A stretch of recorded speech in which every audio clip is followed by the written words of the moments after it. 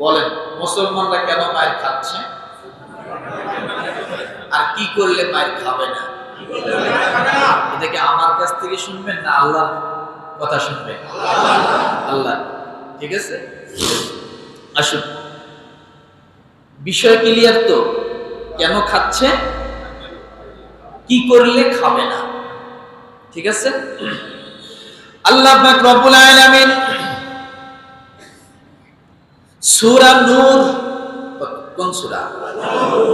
আয়াত নাম্বার 55। কত?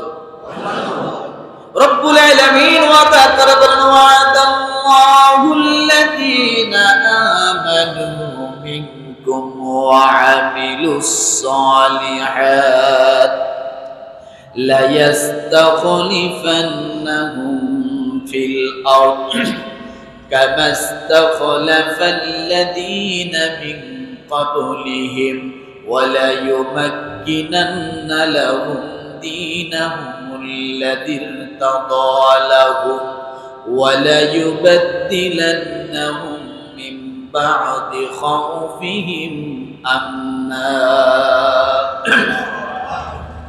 رب العالمين ওয়াদা করতেছেন, ওয়াদাল্লাহ। রব্বুল আলামিন ডাক দিয়ে বলেন, তোমাদের মধ্যে যারা ঈমান এনেছে আমি আল্লাহ তাদের জন্য ওয়াদা করছি। আল্লাহ নিজে ওয়াদা করেছেন, ওয়াদাল্লাহ, আমি আল্লাহর ওয়াদা। আল্লাহ বলেন, তোমাদের মধ্যে যারা ঈমান এনেছে এবং সৎকর্ম করেছে আল্লাহ তাদেরকে প্রতিশ্রুতি দিয়েছেন যে তিনি অবশ্যই তাদেরকে পৃথিবীতে নিজ খলিফা, জমিনের মধ্যে খেলাফত আল্লাহ তাদেরকে দান করে দিবে। এই কথাটা বোঝেন, ওয়াদাল্লাহ। ওয়াদা কার? জোরে আল্লাহর ওয়াদা। আমানু মিনকুম, আল্লাহ বলেন তোমরা যারা ঈমান এনেছো, সৎকর্ম করেছো, আল্লাহ তাদের জন্য ওয়াদা করতেছেন যে ওই ব্যক্তিদেরকে আমি আল্লাহ তাআলা প্রতিশ্রুতি দিচ্ছি, ওয়াদা দিচ্ছি, গ্যারান্টি দিচ্ছি, আমি আল্লাহ তাদেরকে জমিনের মধ্যে খেলাফত দান করব, বাদশাহী দান করব। কয় কাজ করলে আল্লাহ খেলাফত দান করবে? কথা বলেন, আমানু মিনকুম ওয়া আমিলুস সালিহাত। ঈমান আনতে হবে আর আমলে, কথা বলেন, আমলে সালেহ করতে হবে।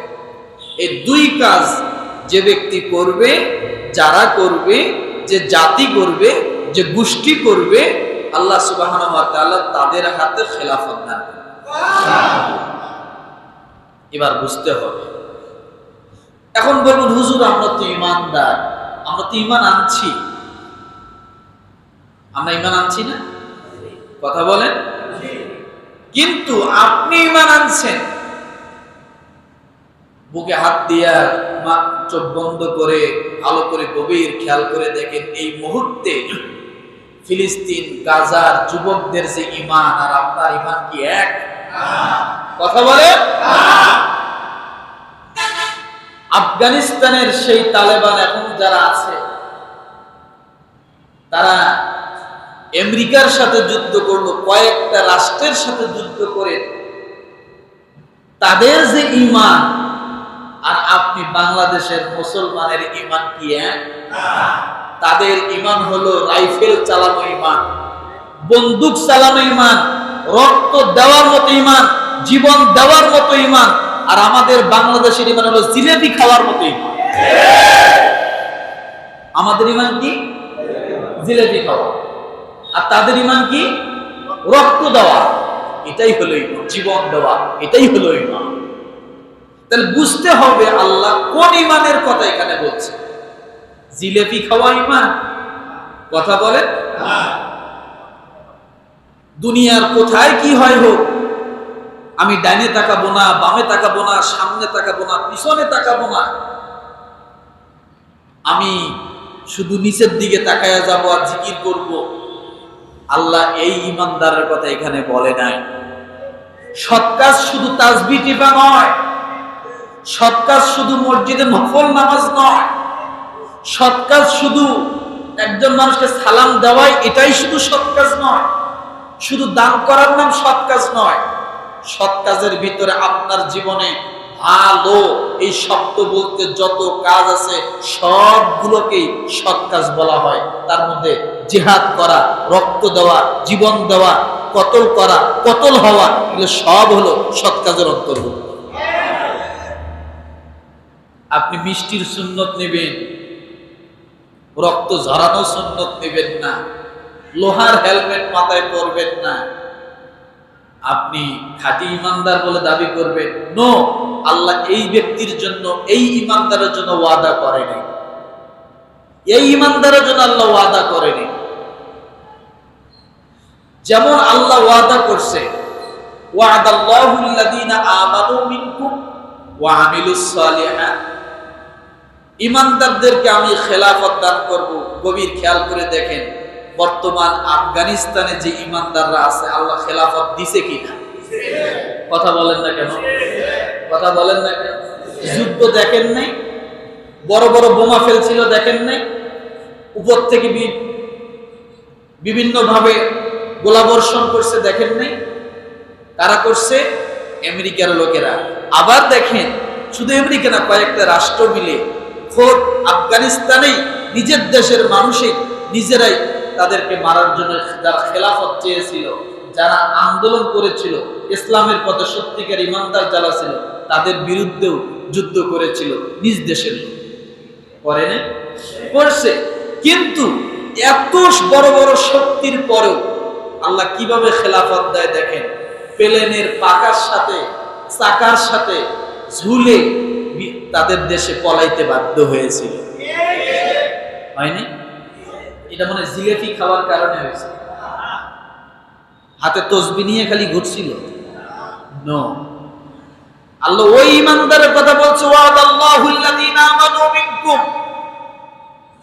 আমি যে ইমানদারের কথা বলছি সেই ইমানদার যদি তোমরা না হও তাহলে মার খাবা,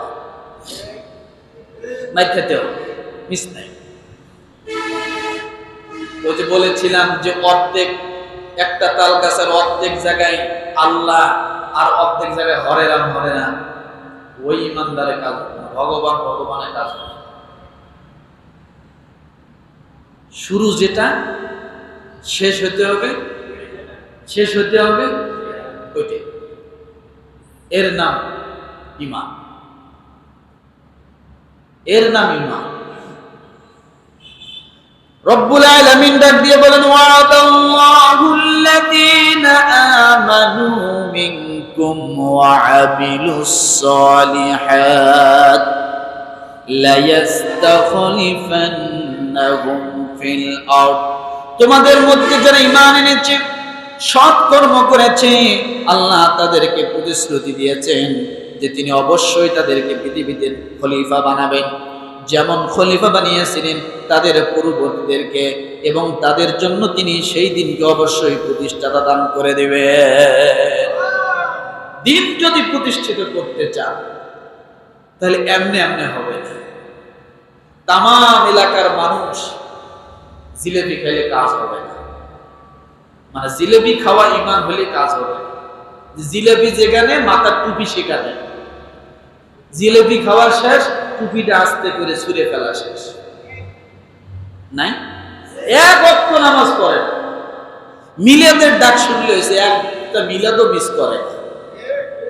চিন্নি খাওয়া মুসলমান আছে না? নাই? খালি মিলাদের সময় দেখতে পারে, তাও কি টুপি সোজা করে দিবে না, বেঁকা করে দিবে, দিয়ে বসে যে জোরে মিলাদ পড়ে, মিলাদের হাক শুনলে আপনি চিন্তা করবেন যে মনে হয়েছে ও আসমান থেকে কেবল আসলো। কিন্তু নামাজ, কথা বলে না, নামাজ নেই। তো তাহলে বোঝা গেল কিছু ঈমান আছে নামাজ পর্যন্ত নেয় না, মিলাদ পর্যন্ত যাওয়া যায়, কথা ঠিক না? আবার কিছু ঈমান আছে নামাজ পর্যন্ত নেয় কিন্তু ইসলামের পক্ষে হক কথা বলা পর্যন্ত নেয় না। আবার কিছু ইমানদার আছে হক কথা শোনার মতো তার ইমান, হক কথা শুনতে ইমান লাগে, কিন্তু কি লাগে? ইমান লাগে। যার ইমান নেই সে হক কথা শুনতে পারবে না, তার হক কথা ভালো লাগবে না। হক কথা আপনি বলবেন, আপনাকে বিভিন্ন ভাবে সে করাত্ম করার জন্য, হয়রানি করার জন্য, পেরেশানি দেওয়ার জন্য, জুলুম করার জন্য চেষ্টা করবে। তাহলে হক কথা শুনতে ইমান লাগে, হক কথা বলতেও কি লাগে? ইমান লাগে। ওই যার ভিতরে হক কথা শোনা এবং বলার মতো ইমান আছে, আল্লাহ বলেন ওয়াদাল্লাহ, আমি ওয়াদা করলাম তাকে আমি জমিনে খেলাফত দান করব। তাকে আমি কি করব? খেলাফত দান করব। এখন শর্ত দেখেন, রব্বুল আলামিন ডাক দিয়ে বলেন ওয়ালা ইউমাক্কিনান্না লাহুম দীনাহুমুল্লাযী ইরতাদা লাহুম ওয়ালা ইউবাদদিলান্নাহুম মিন বা'দি খাউফিহিম আমনা।